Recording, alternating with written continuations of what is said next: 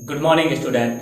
हम पढ़ रहे थे क्लास 10 की साइंस। इसमें अपना लेसन चल रहा था चौथा लेसन कार्बन एवं इसके यौगिक, ठीक है, जिसमें कल अपन ने विभिन्न प्रकार के कार्बनिक यौगिकों की जो अभिक्रियाएं बची थी वो पूरी की। उसके बाद जो कार्बनिक यौगिक में जो हमारे बुक में है एथेनॉल, उसके बारे में चर्चा की, उसकी क्रियाओं के बारे में चर्चा की। फिर एथेनॉइक अम्ल के बारे में अपन ने चर्चा की थी, ठीक है। एथेनॉइक अम्ल क्या होता है? इसे सामान्यतः एसिटिक अम्ल कहते हैं। इसका गलनांक 290 और क्वथनांक 391 केल्विन होता है, ठीक है। इसका जो 3-4% का जो विलयन होता है उसे सिरका कहते हैं और इसका उपयोग अपन किस में करते हैं? अचार और इनमें परिरक्षक में करते हैं, ठीक है। जब ये ठंडी जलवायु में, ठीक है, एसिटिक शुद्ध एथेनॉइक अम्ल ठंडी जलवायु में क्या हो जाता है? जम जाता है, बर्फ में बदल जाता है। इसे ग्लेशियल एसिटिक अम्ल कहते हैं, ठीक है। अब आगे अपन ऐसे एथेनॉइक अम्ल या एसिटिक अम्ल की अभिक्रियाएं देखते हैं। तो देखिए, एथेनॉइक या एसिटिक अम्ल की अभिक्रियाएं, ठीक है, इसकी चर्चा अपन करते हैं। तो देखिए, सबसे पहले तो अपन पढ़ते हैं एस्टरीकरण। क्या पढ़ते हैं? एस्टरीकरण। एस्टरीकरण अर्थात एस्टर का निर्माण होता है। एथेनॉइक अम्ल से किसका निर्माण होता है? एस्टर का निर्माण होता है। एथेनॉइक अम्ल किसी अम्ल उत्प्रेरक की उपस्थिति में क्या करता है? परिशुद्ध एथेनॉल से अभिक्रिया करके एस्टर बनाता है, ठीक है। देखिए, एथेनॉइक अम्ल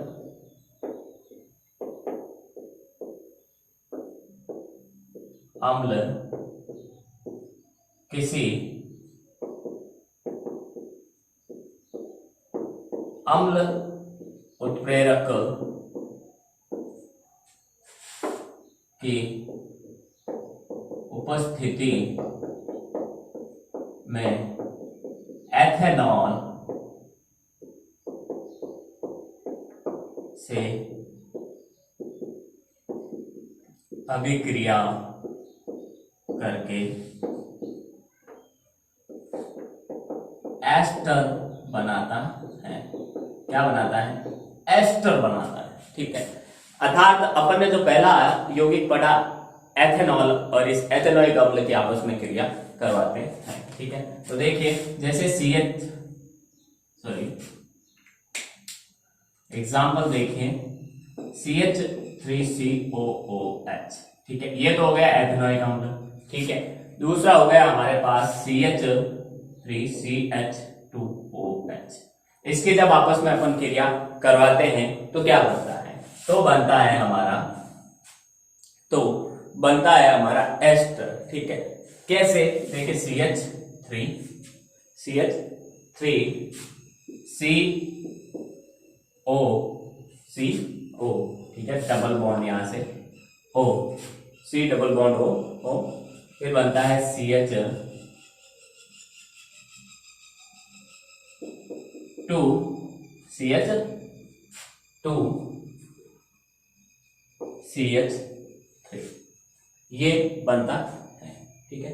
प्लस साथ में क्या बनता है? जल बनता है। अर्थात इन दोनों की जब अभिक्रिया करवाते हैं हम, देखिए तो कैसे होता है ये अभिक्रिया? CH3C double bond O single bond OH, ठीक है, प्लस, ठीक है, इसकी क्रिया करवाते हैं अपन OH डबल बॉन्ड CH2CH3। इसको मैंने उल्टा लिख दिया, ठीक है। जब दोनों की आपस में क्रिया करवाते हैं तो यहां से ये जल का अणु होता है, दोनों आपस में टूटते हैं और यहां से ये जल का अणु क्या होता है? अलग होता है। तो बनता है हमारा CH3C डबल बॉन्ड O, ठीक है, ये बॉन्ड यहां से हो गया CH2CH3। इस प्रकार से क्या बनता है? एस्टर बनता है, ठीक है, एस्टर बनता है। तो जल का अणु कैसे निकलता है? जल का अणु कहां से आया? आपको समझ में आ गया होगा, ठीक है। ये तो हो गया एथेनोइक अम्ल, ये हो गया हमारे एथेनॉल, और ये हो गया हमारे एस्टर। ये क्या हो गया हमारा? एस्टर हो गया। ठीक है, अब एस्टर की गंध क्या होती है? मृदु होती है। एस्टर जो पदार्थ होता है उसको अपन सूंघेंगे तो हमें मीठी सी गंध आएगी। ठीक है,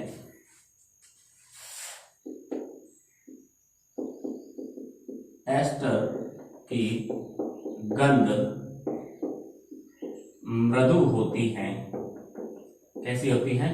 मृदु होती है, मीठी गंध होती है। ठीक है, एस्टर का उपयोग अपन किसके निर्माण में करते हैं? इत्र बनाने में, अर्थात जो परफ्यूम होते हैं, सेंट परफ्यूम जिसे कहते हैं। ठीक है, इत्र बनाने में वह स्वाद उत्पन्न करने वाले कारक के रूप में किया जाता है, और स्वाद उत्पन्न करने वाले कारक के रूप में किया जाता है। तो एस्टर का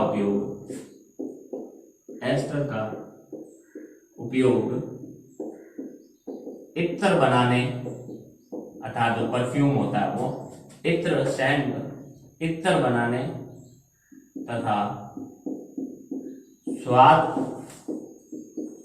उत्पन्न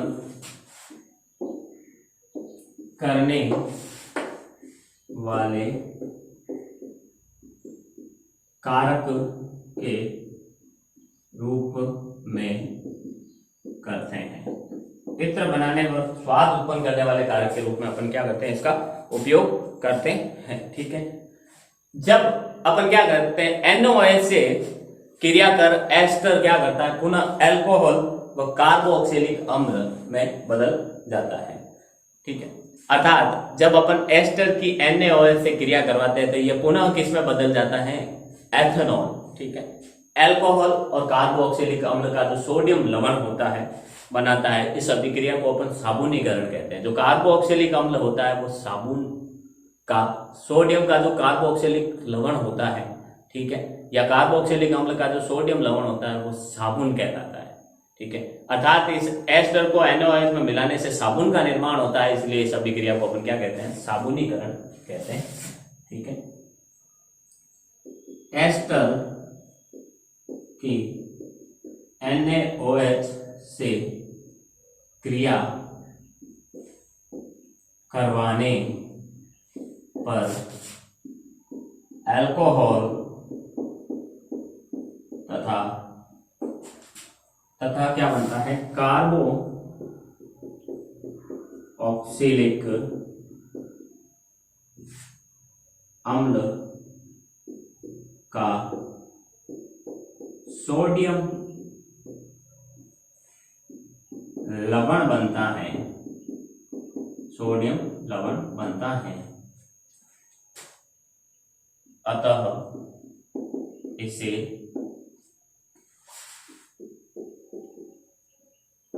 साबुनीकरण कहते हैं। अतः इसे क्या कहते हैं अपन? साबुनीकरण अभिक्रिया कहते हैं। ठीक है, अब कैसे होती है तो देखिए क्या बनता है। ये CH3 COO CH2 CH3, ये तो होता है हमारा क्या? एस्टर। ठीक है, एस्टर होता है। इसके क्रिया जब अपन किससे करवाते हैं? NaOH से करवाते हैं। ठीक है, NaOH से क्रिया करवाते हैं तो प्लस NaOH लिखो या यहाँ पर ऊपर लिखो, एक ही बात है। ठीक है, तो बनता है एथेनॉल C2H5OH, C2H5OH। ठीक है, प्लस बनता है CH3COONA बनता है। ठीक है, सोडियम, यह तो होता है कार्बोक्सिलिक अम्ल का सोडियम लवण, ये बनता है अल्कोहल। ठीक है, एथेनॉल और अल्कोहल बनता है। आगे देखिए, ये तो हो गया हमारे एस्टरीकरण, क्या हमारा? साबुनीकरण, साबुन निर्माण की प्रक्रिया। ये आगे अपने काम आएगी जब साबुन कैसे बनता है, तो साबुन कैसे बनता है। ठीक है, इसको अपन साबुन निर्माण की क्रिया भी कह सकते हैं। ठीक है, साबुनीकरण। अब सारक के साथ कैसे क्रिया करता है? ठीक है, जो एथेनोइक अम्ल होता है वो सारक के साथ कैसे क्रिया करता है तो देखिए,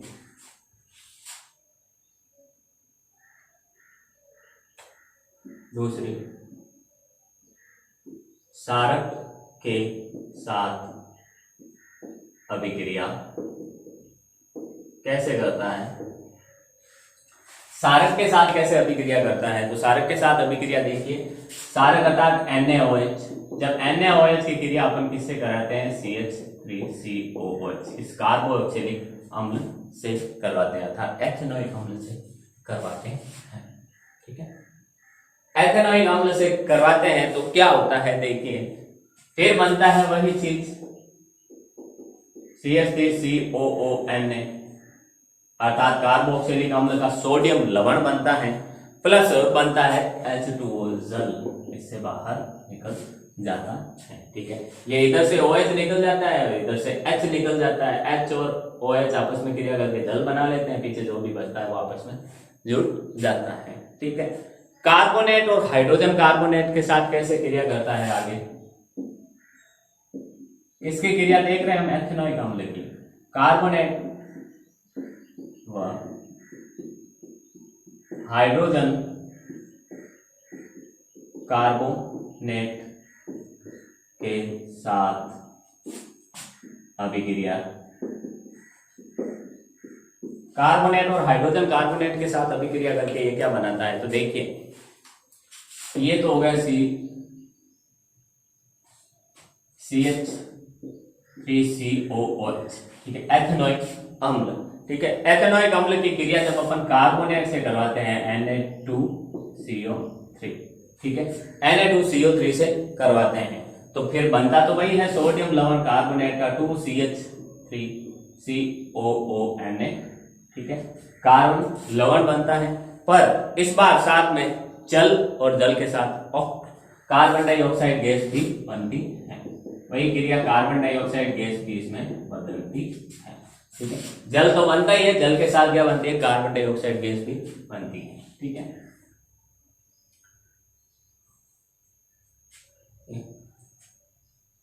आगे देखिए, ये तो हो गई कार्बोनेट के साथ क्रिया।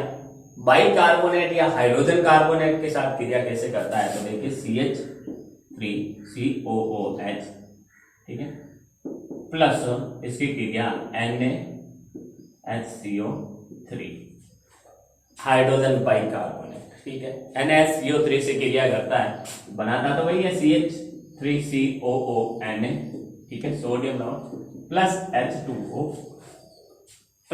H2O, दोनों के साथ क्रिया करके बनाता क्या है, CO2 एक्स्ट्रा बनाता है, क्रिया वही होती है। इस बार देखिए हाइड्रोजन एक, ठीक है, और इधर से एक हाइड्रोजन और ऑक्सीजन, एक हाइड्रोजन ये, एक हाइड्रोजन ये, दो हाइड्रोजन और एक इसमें से ऑक्सीजन निकलती है तो बनाते हैं H2O, ठीक है। फिर पीछे बचता है ये CO2, वो CO2 अलग हो जाती है, फिर इधर बचता है, इधर से H चला गया तो O तक बचा, इधर से बाकी सब गायब हो गए तो Na बचा, वो इधर आपस में क्रिया करके क्या बनाते हैं, कार्बोक्सिलिक का सोडियम लवण, ठीक है, कार्बोक्सिलिक का सोडियम लवण। तो ये तो थी हमारे क्या सारी की सारी हमारे कह सकते हैं अपन जो एथेनोइक अम्ल की अभिक्रियाएं, 3 अभिक्रियाएं जो हमारे बुक में है, ठीक है। अब अपन पढ़ते हैं साबुन एवं अपमार्जक के बारे में। साबुन एवं अपमार्जक आखिरी टॉपिक है इस लेसन का, ठीक है, पूरा करने की कोशिश करेंगे आज। तो देखिए हम जानते हैं, देखिए तेल जो होता है वो पानी में अघुलनशील होता है। अब साबुन और अपमार्जक कार्य क्या करते हैं, धुलाई का कार्य करते हैं, कपड़ों की धुलाई का कार्य करते हैं। अब कपड़ों पर कई बार क्या होता है, हमारे तेल लग जाता है, ठीक है, तेल के छींटे, तेल के मेल, चिकनाई लग जाती है, ठीक है। तो ये तेल जब अपन सिर्फ पानी में भिगोते हैं तो क्या वो साफ हो जाएगा, नहीं, क्योंकि तेल पानी में घुलता ही नहीं है तो कपड़े से अलग नहीं होता है, ठीक है। तो सबसे पहले अपन साबुन की चर्चा करते हैं।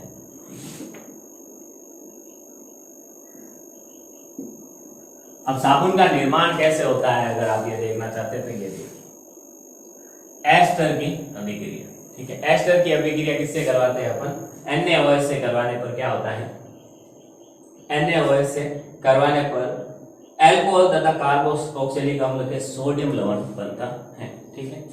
तो देखिए साबुन के निर्माण के लिए अपन बोलिए, देखिए तेल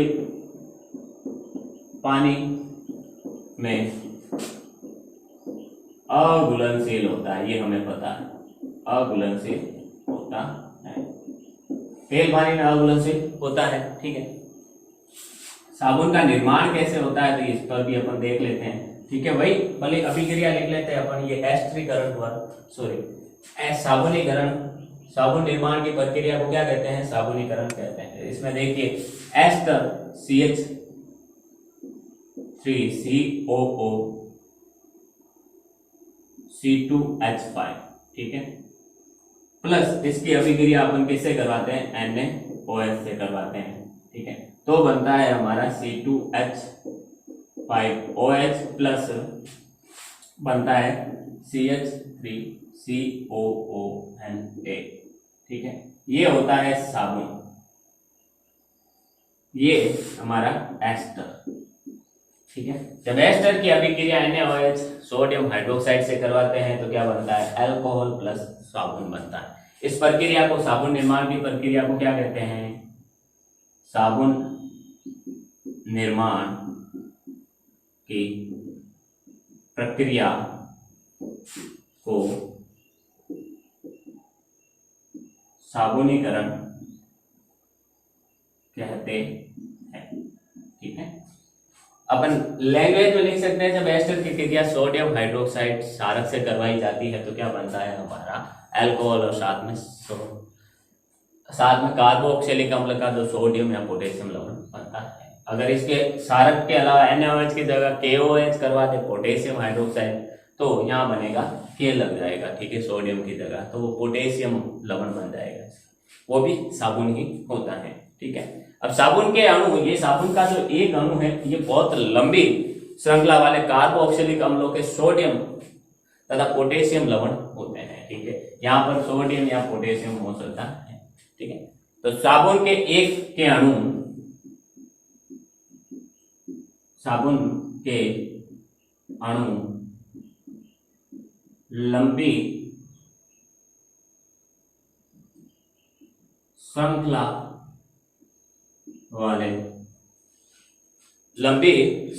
वाले कार्बोक्सिलिक अम्लों के सोडियम एवं पोटेशियम लवण होते हैं, वाले कार्बोक्सिलिक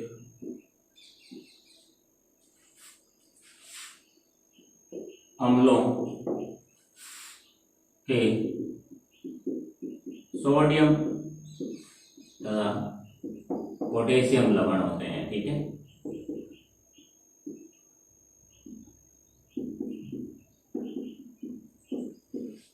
सोडियम तथा पोटेशियम लवण होते हैं। ठीक है, तो ये साबुन के निर्माण की प्रक्रिया है, जिसमें क्या होता है, साबुन का जो लंबी श्रृंखला वाला सोडियम, या तो सोडियम होगा यहाँ पे या फिर पोटेशियम होगा। पोटेशियम कैसे आएगा, अगर इसकी जगह अपन KOH की अभिक्रिया करवा लेंगे। ठीक है, या KOH की अभिक्रिया करवा लेंगे। ठीक है, तो वहां बन जाएगा क्या, पोटेशियम बन जाएगा। ठीक है, आगे देखिए। ठीक है, साबुन का जो आयनिक भाग होता है, ये आयन वाला पीछे वाला भाग होता है, आयन वाला आयन होता है, आयनिक भाग जल में, जल से, अर्थात जल से क्रिया करता है। जो आयनिक भाग होता है साबुन का, वो जल से क्रिया करता है, तथा श्रृंखला वाला, लंबी श्रृंखला वाला, कार्बन श्रृंखला वाला, ये कार्बन वाला भाग होता है, वो किससे करता है, तेल से क्रिया करता है तथा मिशेल का संरचना बनाता है। ठीक है, साबुन का आयनिक भाग क्या करता है, जल से तथा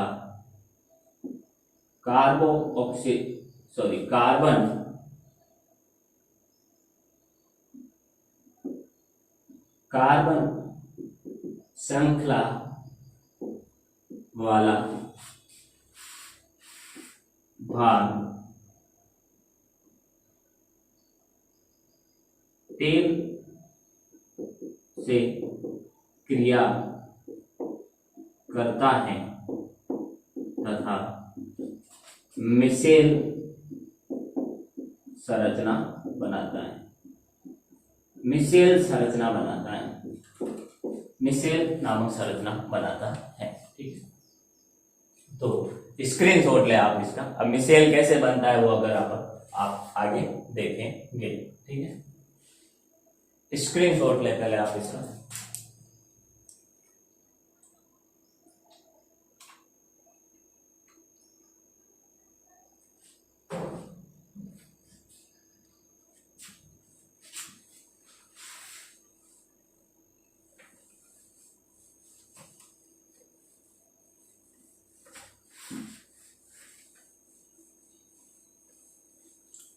आगे देखना। ठीक,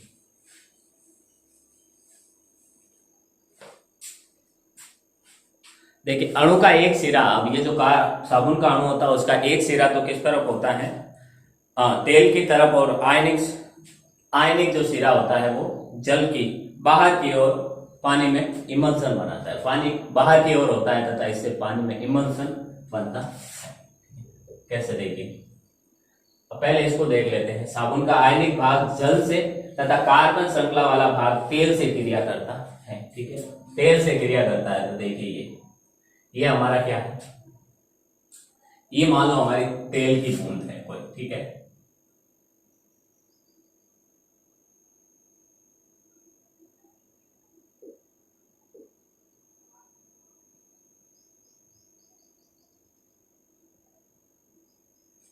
और ये हमारे एक साबुन का अणु है। ठीक है, साबुन का अणु है। ठीक है, ये तो है कार्बन श्रृंखला पूरी। ठीक है, ये कार्बन श्रृंखला है। ठीक है, कार्बन श्रृंखला किससे क्रिया करते हैं, कार्बन श्रृंखला तेल से क्रिया करती है, तेल से। ठीक है, और ये श्रृंखला जो सोडियम वाला अणु है Na, ठीक है, ये क्रिया करती है पानी से। ठीक है, ये तो हो गया कार्बन वाला भाग, कार्बन भाग। ठीक है, ये हो गया हमारा आयनिक भाग, ये हो गया हमारा आयनिक भाग। ठीक है, इस प्रकार से क्या होता है, देखिए क्रिया करते हैं आपस में क्रिया करते हैं। ठीक है, ये मेल है और मेल के चारों तरफ ये साबुन के अणु क्या हो जाते हैं, इकट्ठे हो जाते हैं। जिससे तेल वाली कार्बन श्रृंखला वाला भाग तो तेल के चारों तरफ तेल के साथ क्रिया करता है और पानी के साथ ये आयनिक भाग क्रिया करता है। ठीक है, अणु का एक सिरा तेल कण की ओर, ठीक है, और अणु का जो एक सिरा तेल कण की ओर जो आयन वाला सिरा होता है वो बाहर की ओर होता है और इमल्सन बनाता है। ये जो पूरी संरचना बनी है ये क्या कहलाती है, मिसेल संरचना कहलाती है, मिसेल कहलाती है। ठीक है, तो देखिए अणु का एक सिरा तेल में तथा दूसरा सिरा बाहर की ओर होता है। ठीक है, दूसरा या ऐसे करते हैं, आयन सिरा इसकी तरफ होता है, बाहर की ओर तरफ होता है। इससे पानी में क्या बनता है, इमल्सन बनता है। इससे पानी में इमल्सन बनता है। इससे पानी में क्या होता है, इमल्सन बनता है। इस प्रकार साबुन मिसेल मेल को, साबुन से बना हुआ जो मिसेल ये संरचना है वो मेल को क्या करता है, पानी से बाहर निकालता है, मदद करता है तथा क्या करता है, हमारे कपड़े साफ हो जाते हैं। अब जैसे ही अब साबुन लगाया अपन ने, क्या होगा, कार्बनिक भाग तो तेल को चारों तरफ से पकड़ लेगा, बाहर की तरफ पानी से क्रिया कर लेगा ये जो आयनिक भाग होता है। जैसे अपन ब्रश उस पर रगड़ेंगे, ठीक है, ब्रश के साथ क्या आता है, उस कपड़े से पानी बाहर आता है। ठीक है, तो पानी के साथ ये वाला भाग जुड़ा हुआ होता है, ये खींचता है, ये भी साथ में बाहर की तरफ आता है, जिसके साथ ये तेल, पीछे वाला भाग जो तेल को पकड़े हुआ होता है वो तेल को भी साथ में लेके, चिकनाई मेल को भी साथ में लेके क्या आ जाता है, कपड़े से बाहर आ जाता है और हमारी कपड़े की धुलाई हो जाती है। ठीक है, साबुन का इस प्रकार साबुन का क्या होता है, मिसेल। देखिए इस प्रकार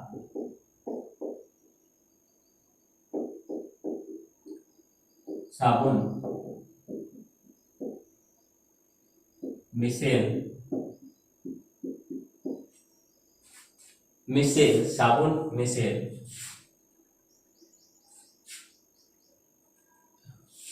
मेल को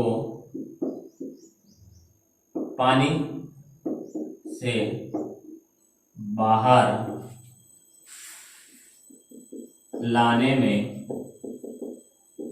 मदद करता है,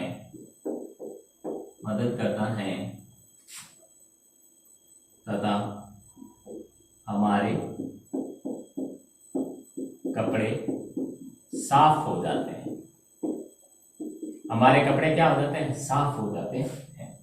एकदम हमारे कपड़े क्या हो जाते हैं? साफ हो जाते हैं। ठीक है, तो ये तो अपन कह सकते हैं कि साबुन निर्माण की प्रक्रिया व सफाई की विधि।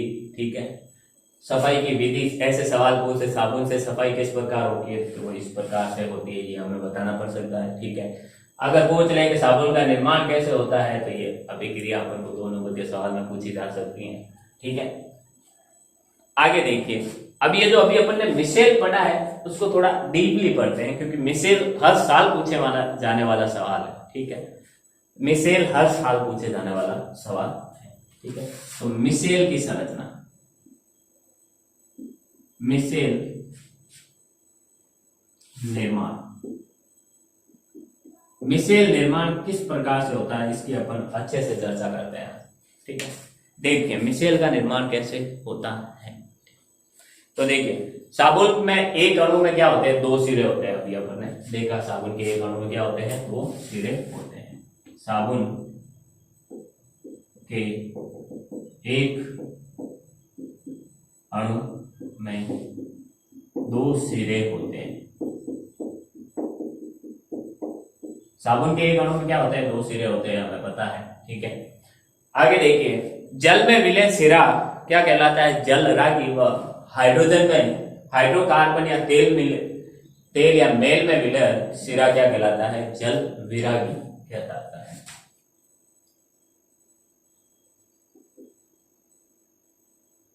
ठीक है, जल में विलय सिरा जल रागी या जल स्नेही कहते हैं, स्नेही, तथा हाइड्रोकार्बन, तेल या मेल में विलय सिरा जल विरागी या क्या कहलाता है? जल विरोधी कहलाता है। जल विरोधी कहलाता है। ठीक है, जल विरोधी कहलाता है कैसे? देखिए, ये 2 सिरे हैं। ठीक है, जो जल में विलय होता है, ये तो होता है हमारा, ऊपर अपन ने देखा है। ठीक है, ये तो होता है हमारा पूरा कार्बन श्रृंखला, कार्बन श्रृंखला। ठीक है, भाग, ये क्या होता है? जल विरोधी, या इसे अपन कह सकते हैं जल विरागी। ठीक है, बाकी ये होता है हमारा आयनिक भाग। ठीक है, Na या पोटेशियम वाला, ये होता है आयनिक भाग। ये होता है जल स्नेही या जल रागी, जल स्नेही या जल रागी होता है। ठीक है, जल स्नेही या जल रागी होता है। ठीक है, जल स्नेही या जल रागी होता है। आगे देखिए,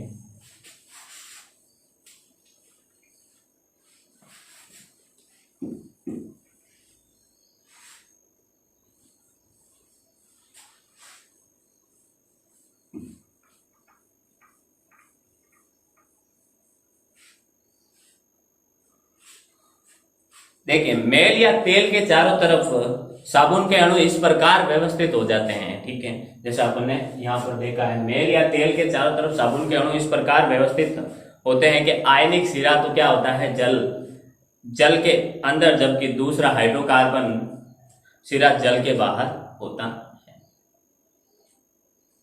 इस प्रकार एक गुच्छ का निर्माण होता है। तो आयनिक सिरा तो क्या होता है, जल से बाहर की तरफ होता है, ठीक है, ये बाहर की तरफ, और हाइड्रोकार्बन वाला सिरा मेल के अंदर, पानी के अंदर, तेल के अंदर होता है, ठीक है।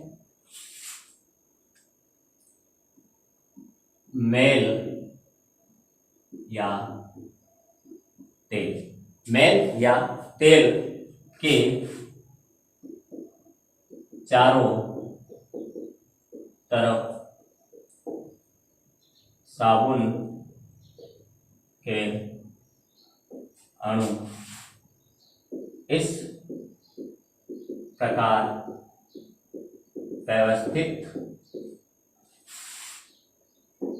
होते हैं कि हाइड्रोकार्बन सिरा जल के अंदर तथा आयनिक सिरा जल के बाहर की तरफ होता है, ठीक है। जल के क्या होता है, बाहर की तरफ होता है। इस प्रकार एक गुच्छे का निर्माण होता है, ठीक है। इस प्रकार एक गुच्छे का निर्माण होता है, ठीक है। इस प्रकार क्या होता है, गुच्छे का निर्माण होता है, जैसे ये मिश्रण है, ठीक है। ये तेल की बूंद है, वही संरचना जो अभी अपन ने बनाई है।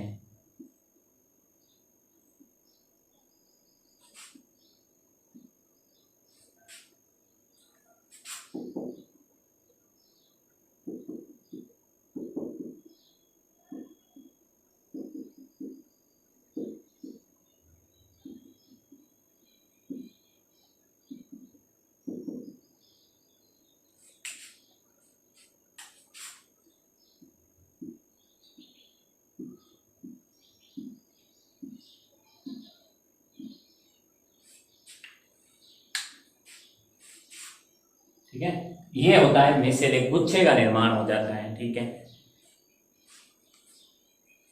जो जल विरागी पूंछ होती है वो गुच्छे के अंदर की तरफ होती है, जबकि जो जलरागी पूंछ होती है, ठीक है। देखिए, जल विरागी जो जल से क्रिया नहीं करती है, जल विरागी पूंछ गुच्छे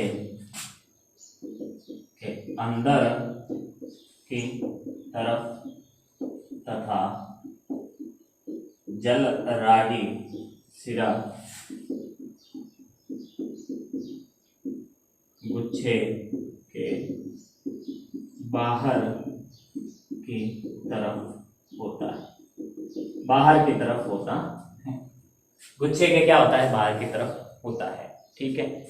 सतह पर या बाहर की तरफ होता है। इस संरचना को मिसेल कहते हैं। क्या कहते हैं, मिसेल कहते हैं। इस संरचना को क्या कहते हैं अपन, मिसेल कहते हैं, ठीक। स्क्रीनशॉट ले आप इसका।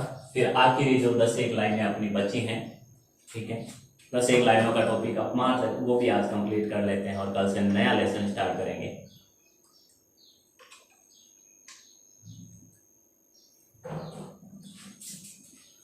अब देखिए, साबुन जो होता है, कई बार अपन देखते हैं अपने कपड़े धोते हैं, ठीक है, ठीक है, तो खारे पानी के साथ, देखिए गांव में जो खारे पानी होता है कई जगह, ठीक है, खारे पानी में जब अपन साबुन से कपड़े धोते हैं तो हमारे कपड़ों पर एक चिपचिपा पदार्थ लग जाता है, ठीक है, ठीक है, चिपचिपा पदार्थ बन जाता है, ठीक है, वो अवक्षेप होता है, ठीक है।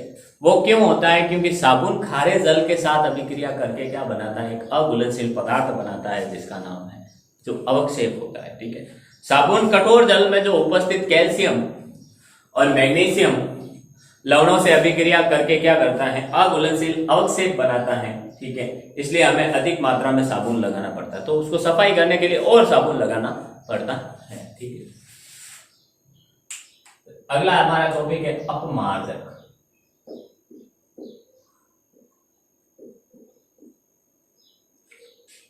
साबुन, देखिए साबुन कठोर जल के कैल्शियम व मैग्नीशियम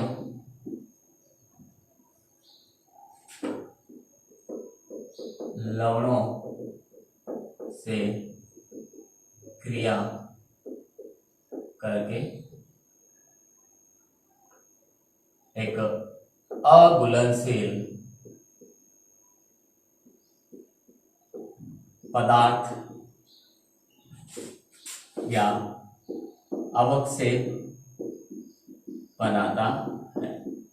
अघुलनशील क्या बनाता है? अवक्षेप बनाता है। इसलिए हमें अधिक मात्रा में साबुन दो। जब कपड़े पर लगा रह जाता है तो हम क्या करते हैं? फिर से साबुन लगाते, फिर से धुलाई करने की कोशिश करते हैं। अवक्षेप बनाता है। इससे हमें अधिक मात्रा में साबुन लगाना पड़ता है। साबुन लगाना पड़ता है, अधिक मात्रा में साबुन लगाना पड़ता है। ठीक है। इस समस्या है तो साबुन के स्थान पर हम अपमार्जक का प्रयोग कर सकते हैं। ठीक है। इस समस्या हेतु हम किसके स्थान पर? साबुन के स्थान पर किसका प्रयोग कर सकते हैं? अपमार्जक का प्रयोग करते हैं। ठीक है। इस समस्या हेतु अब अपमार्जक क्या करता है? अपमार्जक लंबी कार्बन श्रृंखला वाले सल्फोनिक लवण या अमोनियम लवण होते हैं, या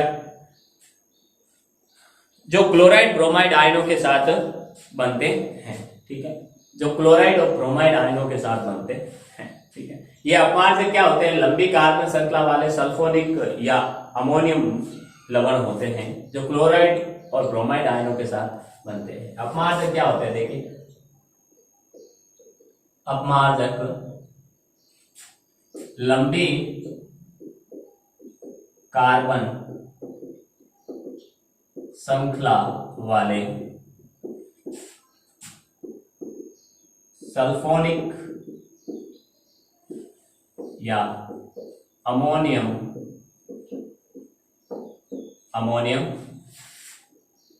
लवण होते हैं जो क्लोराइड या ब्रोमाइड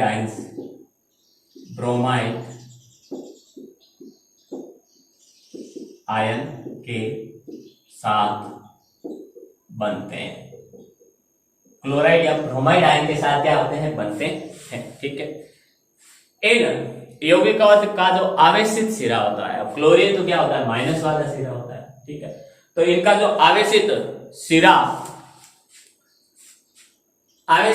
कठोर जल में उपस्थित क्या करता है? कैल्शियम और मैग्नीशियम आयनों के साथ अघुलनशील पदार्थ या अवक्षेप नहीं बनाता है। ठीक है। अघुलनशील पदार्थ या अवक्षेप नहीं बनाता है, अतः यह कठोर जल में भी क्या करता है? सफाई करता है। ठीक है। इनका आवेशित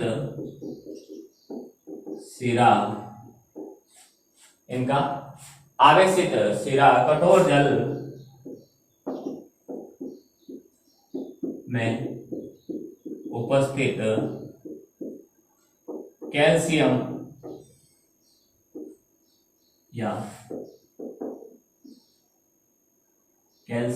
या मैग्नीशियम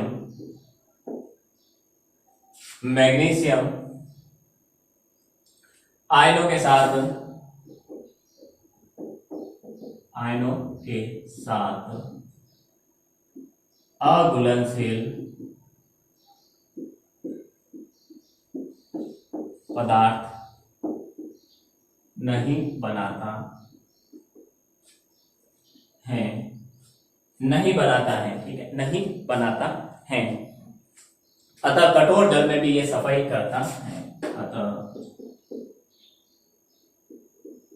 कठोर जल में भी सफाई करता है। कठोर जल में भी क्या करता है, ये सरलता से सफाई कर लेता है। अपमार्जक का उपयोग अपन शैम्पू, ठीक है, और कपड़े धोने के उत्पाद बनाने में किया जाता है। जो कपड़े धोने के उत्पाद बनाते हैं अपन, ठीक है, उनमें किया जाता है। अपमार्जक का उपयोग जो अपन काम में लेते हैं, जैसे शैम्पू तथा कपड़े धोने के उत्पाद बनाने में करते हैं। उत्पाद बनाने में अपन करते हैं, ठीक है। कपड़े धोने के उत्पाद जैसे सर्फ हो गया, अपन सर्फ देखते हैं, वो साबुन कई सारे हो, ठीक है, वो बनाने में करते हैं। तो इस तरफ वाला आप स्क्रीनशॉट लें। तो ये था हमारा आज जो लेसन काफी 8 दिनों से चल रहा था, ठीक है, कार्बन एवं उसके यौगिक, वो आज समाप्त होता है। साबुन एवं अपमार्जक के बारे में, मिश्रण निर्माण की प्रक्रिया के बारे में आज अपन ने पढ़ा। बहुत ही इंपॉर्टेंट ये आखिरी वीडियो, और गारंटेड इसमें से सवाल आएगा। आज का जो वीडियो अपन ने पढ़ा है उसमें से गारंटेड सवाल आएगा। उम्मीद करता हूँ जो भी पढ़ाया आज आपको वो समझ में आया होगा। मिलते हैं अगली क्लास में, तब तक के लिए all the best, thank you.